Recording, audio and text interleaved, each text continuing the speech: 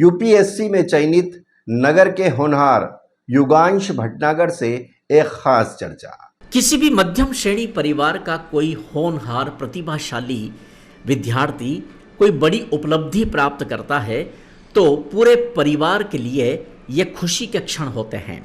जनता colony निवासी pensioner विभाग में अधिकारी के रूप में पदस्थ श्री भटनागर के निवास पर ऐसी ही खुशियां देखी जा रही है। उनके पुत्र युगांश भटनागर ने यूपीएससी की परीक्षा में उनका चयन हुआ है और 307वीं रैंक उनकी बनी है। पूरा परिवार बहुत प्रसन्न है। युगांश ने जो मेहनत करी, परिश्रम किया, उसका फल उसे मिला है और आज पूरे परिवार में प्रसन्नता और उत्साह का माहौल है। तो इस प्रसंग पर देश न्यूज़ की टीम ने उनके निवास पर पहुंचकर युगांश से चर्चा की और उनके परिजनों से भी मुलाकात की। सुनते हैं। दर्शकों नमस्कार। सपने देखना हर युवा का एक शगल होता है और कई बार कुछ सपने ऐसे होते हैं जो पूरे परिवार के हो जाते हैं और ऐसे सपने जब सच हो जाते हैं तो निश्चित ही खुशियों का ठिकाना नहीं रहता। आज हम आए हैं युगांश भटनागर के निवास पर। युगांश ने यूपीएससी में 307वीं रैंक प्राप्त की है और जल्द ही वे एक बड़े अधिकारी के रूप में अपनी सेवाएं देंगे। हम इस वक्त युगांश के साथ हैं। युगांश, आपको बहुत बहुत बधाई और शुभकामनाएं। सर बहुत बहुत धन्यवाद सर, बहुत बहुत धन्यवाद। सबसे पहला सवाल हमारा युगांश आपसे ये है कि यूपीएससी क्लियर आपने कर ली है तो सपना यही था या कुछ और भी था? सर ये कहीं ना कहीं एक बार मन में था, एक बार ये एग्जाम को क्लियर करना। कॉलेज के टाइम पे भी कुछ सीनियर थे जिन जो ये एग्जाम क्लियर कर चुके थे, उनसे मेरा संवाद हुआ और उसके बाद मैंने ये मन बनाया कि मुझे ये एग्जाम देना चाहिए। सर माता पिता का भी हमेशा से ये था कि मैं इस एग्जाम को क्लियर करूं। तो फिर मैंने सर कॉलेज के बाद 2 साल जॉब के साथ ये एग्जाम देने की कोशिश करी, लेकिन क्योंकि इसमें थोड़ी अधिक प्रिपरेशन की जरूरत है इसलिए जॉब के साथ नहीं हो पा रही थी, तो फिर मैंने फुल टाइम इसको प्रिपेयर करने की कोशिश करी। प्राय होता यह है कि कोई भी युवा किसी भी जॉब में जाता है तो उसी जॉब में बंद कर रह जाता है, लेकिन युगांश ने उस जॉब को छोड़ा और अपना जो मूल लक्ष्य था उसकी तरफ वे बढ़े हैं। तो युगांश ये बताएं कि यूपीएससी की परीक्षा की जो तैयारी होती है, ये तैयारी का तरीका क्या होता है? इस वक्त बहुत से नौजवान तुम्हें देख रहे हैं और उनकी भी मन में ख्वाहिश है कि वे भी तुम्हारी तरह यूपीएससी क्लियर करें, उन्हें क्या सलाह देंगे? सर यूपीएससी एग्जाम का क्लियर करने का तरीका, आप एकदम बेसिक से स्टार्ट करें। जो भी एनसीईआरटीज हैं उनको आप अच्छे से कवर करें। उसके बाद सिलेबस को आप इतना ध्यान से पढ़ें, उसके एक एक वर्ड पे आपके नोट बन जाने चाहिए, सिलेबस के एक एक वर्ड पे। प्रीवियस ईयर क्वेश्चंस को कभी इग्नोर नहीं करना है और सर न्यूज़पेपर और करंट अफेयर से जुड़े रहना, इन 4 चीजों से। तो औसतन आप प्रतिदिन कितना समय पढ़ाई को देते हैं? सर ये थोड़ा मुश्किल होगा क्योंकि मैंने कभी ऐसा गिनने का कोशिश नहीं किया, लेकिन जो भी मैं डिसाइड करता था आज मुझे इस दिन में ये चीजें करना है, वो कंप्लीट करके ही फिर मैं उठता था। मतलब आपने समय को सामने नहीं रखा, आपने कॉन्सेप्ट को सामने रखा कि ये कॉन्सेप्ट जितने समय में पूरा हो जाए उतना आप करें। एक और खास सवाल मेरा आपसे ये है कि आपकी जो स्कूलिंग कहाँ हुई? सर मैंने स्कूलिंग मंदसौर में ही Saint Thomas senior secondary school से करी। 12th तक मैंने यहीं से करी। उसके बाद मैंने कॉलेज आईआईटी गुवाहाटी से किया। यूपीएससी का लक्ष्य कब आपके मस्तिष्क में आया?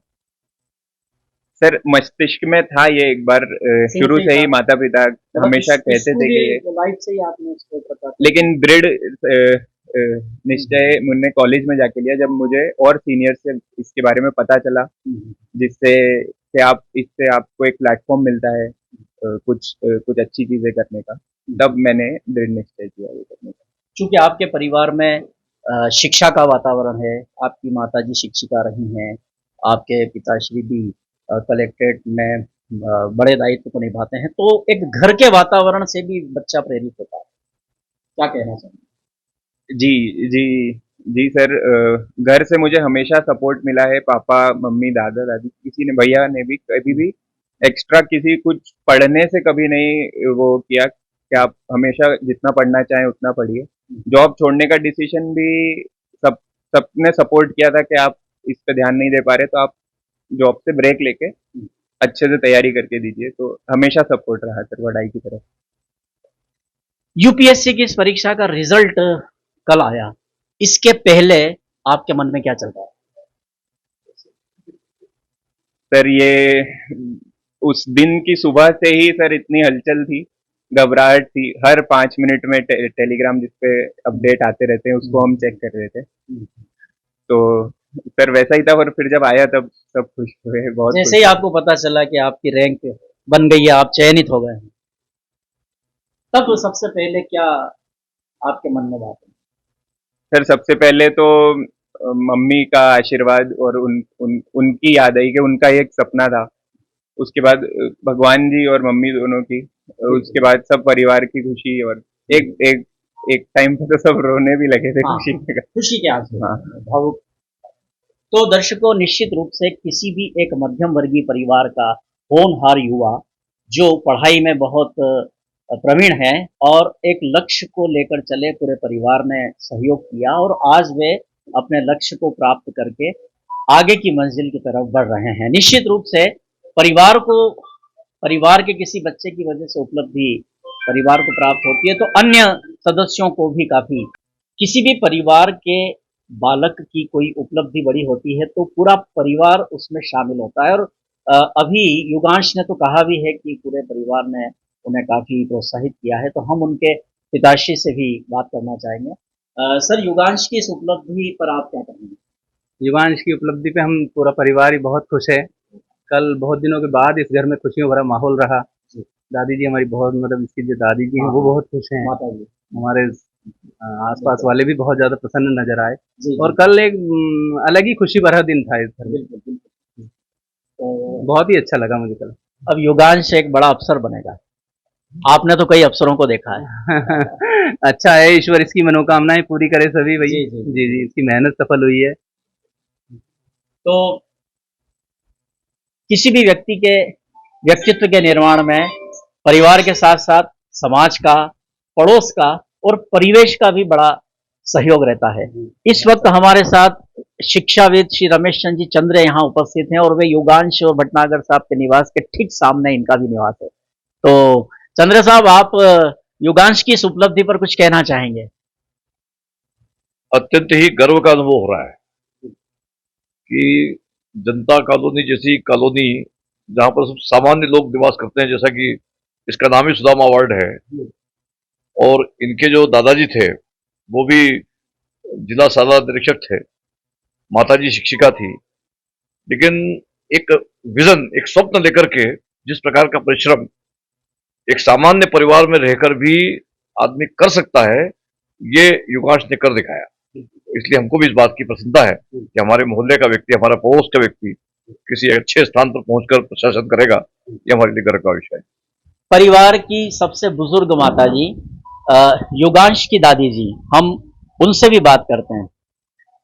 माता जी, आपके पोते ने बहुत बड़ी उपलब्धि प्राप्त की है, बड़ा अफसर बनेगा। बड़ा अफसर बनेगा। क्या कहना चाहोगे आप? तो जिस दिन ये हर उस क्लास में छोटी सी से लेकर अब तक फर्स्ट आया, टॉप करा, तो मैं यही क्या कर रही है, युगांश तू तो कहीं अच्छी जगह जा, अच्छी जगह पढ़, तू कुछ भी कर। और हमेशा यही कहती, बबलू बबलू पैसे की चिंता मत करेगा, किसके लिए जोड़ के रखना, इसका लगाओ जितना लगे इसका। बिल्कुल। हाँ,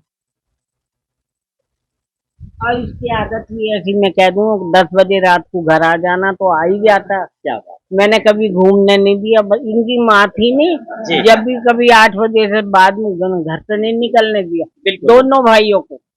हाँ, तो बुजुर्गों को हमेशा अपने बच्चों के प्रति एक विशेष लगाव होता है और उन्हीं के संस्कार उन्हें आगे बढ़ाते हैं। और मैं सोचता हूं कि दादी जी का आशीर्वाद भी आपके इस महत्वपूर्ण उपलब्धि में बहुत बड़ा कारण रहा है।